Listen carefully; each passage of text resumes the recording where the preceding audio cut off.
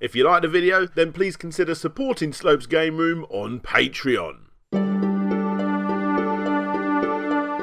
Sometimes on this channel I like to cover things that, in all honesty, I know will not exactly do too well on the old views, simply because I love the weird and wonderful days of years gone by, and in all honesty, as a retro gaming content creator, it amazes me that some of the very biggest gaming companies, Namco in this instance, have actually released games that do pretty damn well abroad, but on the other side of the pond most people have never even heard of them, and because of this practically nobody has ever covered them. Well, I suppose the job lies with me then, doesn't it? Today we're going to be looking at a series that, like I said, won't exactly pull in the numbers, but I feel it is important to document. This is one of those instances of an entire series of games covering so many different genres and spin-offs that it simply blows my mind that I hadn't connected the dots myself before. But after browsing random Yahoo auction sites as well as some stupidly expensive importers over on eBay, I saw a little character that opened up the doors of a memory that almost became completely forgotten about. Taking me back to a time on holiday to Florida with the family as a kid in an arcade involving this little pink robot thing. And as of right now at least, I can't think of anything but Namco's forgotten Cosmo Gang series. So join me as I get it all out of my system and look into exactly why Namco have decided to still make games in this series to this very day. Welcome to Slope's Game Room.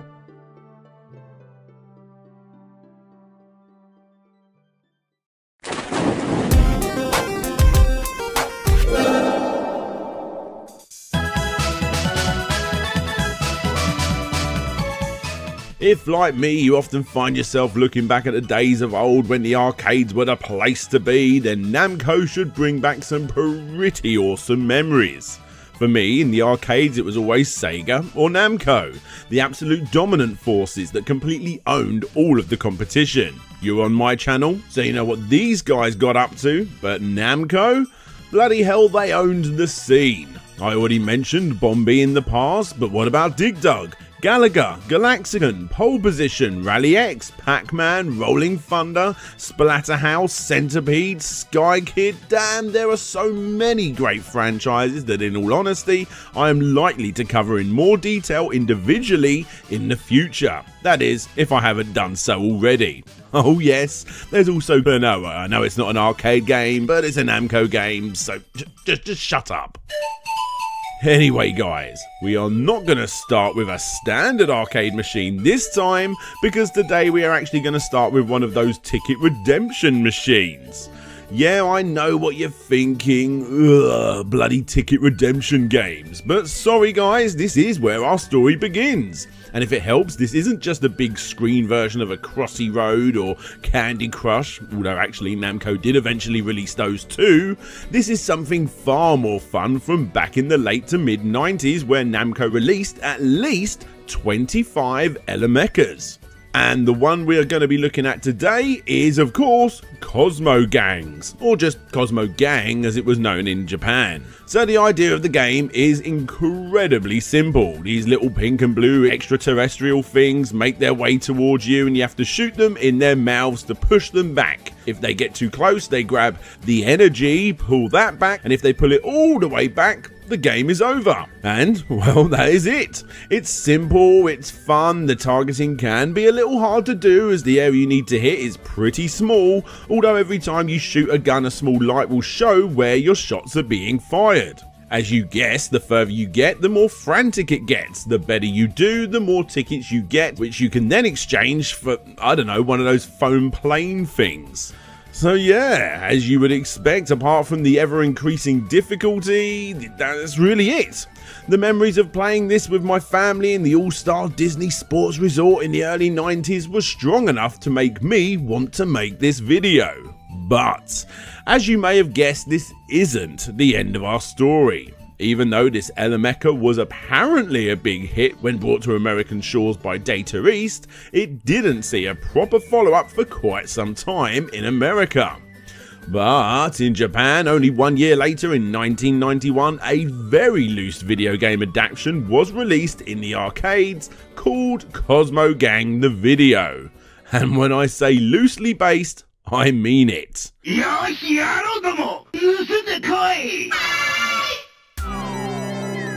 Besides these mini levels, which are pretty much exactly the same, the vast majority of the game is completely different and instead is heavily inspired, sorry scrub that, completely inspired by Galaga. It's actually pretty standard in all honesty, but it did well enough for the game to be ported to the Super Famicom, which it did, but obviously only in Japan. It's a good enough game that goes for about 10 to 15 quid boxed and a hell of a lot less unboxed, but like I said, the only part of the game that actually resembles the original Ticket Redemption is essentially a mini game on top of a Galaga skin swap, which was so popular that 2 third-party companies got involved to make their own versions too.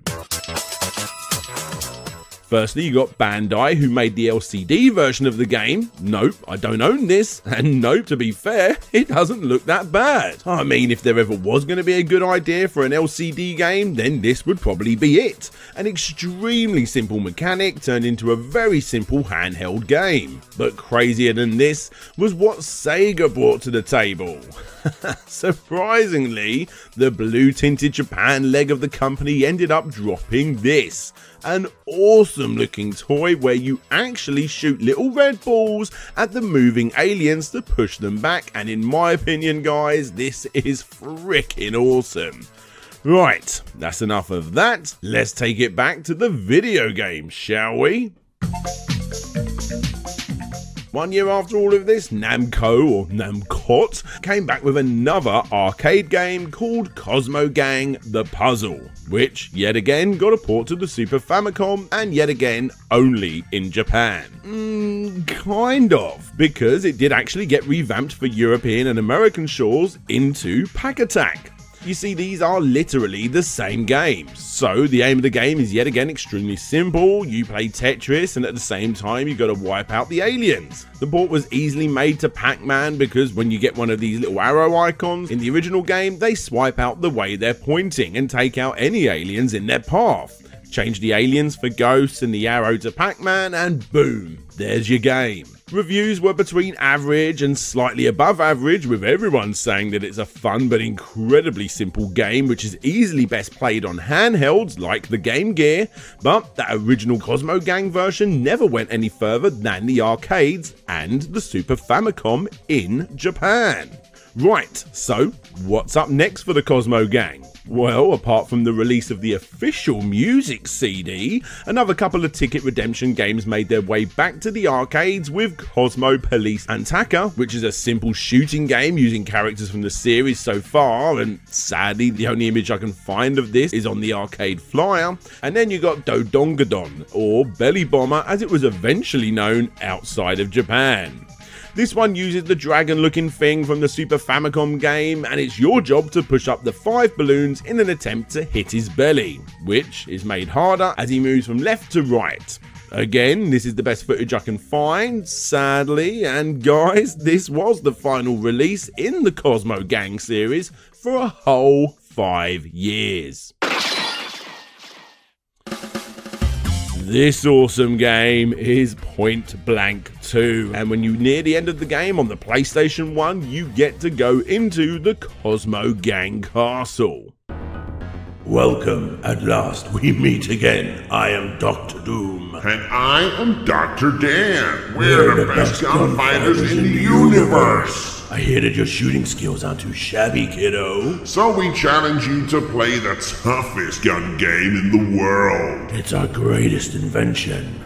If you can win the game, we'll tell you where to find the princess. Not that you'll be able to win. Behold, the world's toughest gun game. Cosmo Gang. Bow before its magnificence. This is the Cosmo Gang. What, you say it looks familiar? You are wrong! Wrong! Silence! Just shut up and listen to the rules. The rules are simple. Aim at the mouth of the Cosmo Gang and keep shooting. If you can protect the energy containers in the front of the screen, you win the stage. There are 3 stages. If you fail once, it's game over. Very well. Begin!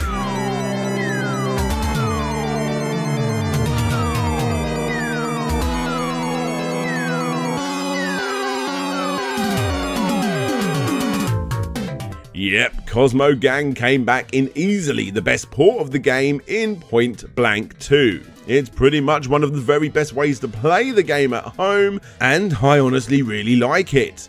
There was also a version in Point Blank DS, but that's stupidly easy because you literally just tap the aliens, taking away all of the skill needed to play the game in the first place. In the PlayStation port, it's pretty easy to get to this last level, but in the arcade you need to do the game on insane mode to unlock it. If you have a chance to play this, then you really should, because the Point Blank trilogy and the DS version too, I suppose, are literally so much fun. And this whole Cosmo Gang thing at the end of number 2 is really just the icing on the cake. Okay, that has brought us up to 2006, and it wasn't until 2009 when the original Super Famicom games made their way to the Wii Virtual Console, and then finally another 9 years later to 2018, where Namco showed off that they was indeed remaking the very first Ticket Redemption game, once again due to popular demand. And guys, we seem to have come full circle, haven't we? It might not seem like the craziest history lesson ever, but for me it's super interesting, simply because Namco seem to have not forgotten about a franchise that the majority of the world have never heard of. And for me, that's enough. Plus, on top of that, just like that song that you annoyingly wake up singing that gets stuck in your head all day that you just can't get rid of until you listen to it in its entirety, I, DJ Slug, can finally rest in peace knowing that I now finally know the ins and outs of, well, whatever this is. Hey there guys, thanks for checking out the video. I want to give a big special shout out to all of my Patreons, but firstly a big special shout out has to go to That Retro Video Gamer, Ryan Burford, Gary Pinkett, Andrew Dalton, Aaron McNamara, Tomek Grabowski, Christopher Turnbull, Brent Craft, Ben Jackson, Ian A. Chapman, Phil Lowlins, Tim Labonte, Mike Fallon, Retro to Next Gen, Quang DX, Tim Lund, Genovi, Hananaz, Pixel.Limited, aka Samuel Victor, Red the Beard, Conrad Constantine, Pretendo64, Creamy Elephant, James Loveridge, Casey Garner, Blitz, Edgy Ben Hall, Savage Gaming Show, Brian Rawson, Gemma at Mr. T's Shirts, Salix Captor, Scott Monday, Jeremy Rodriguez, Nick Pollard, Bram Perez, Garrett Leger, Marcus King Emo Cut Tyndall, June, Rob Jenkins, The Geeky Dad, Richard Carter aka Fantastic Dizzy, Todd Paul Float G, and Petty Mew. If you want to get your name shown, come and see what I'm working on and all of the other stuff that all of these patrons get to see all of the time, then please click the links that you see on the screen. Don't forget to subscribe, give the video a thumbs up, a thumbs down, whatever you prefer. But for now, this is DJ Slope signing out, and hopefully I'll see you all next time.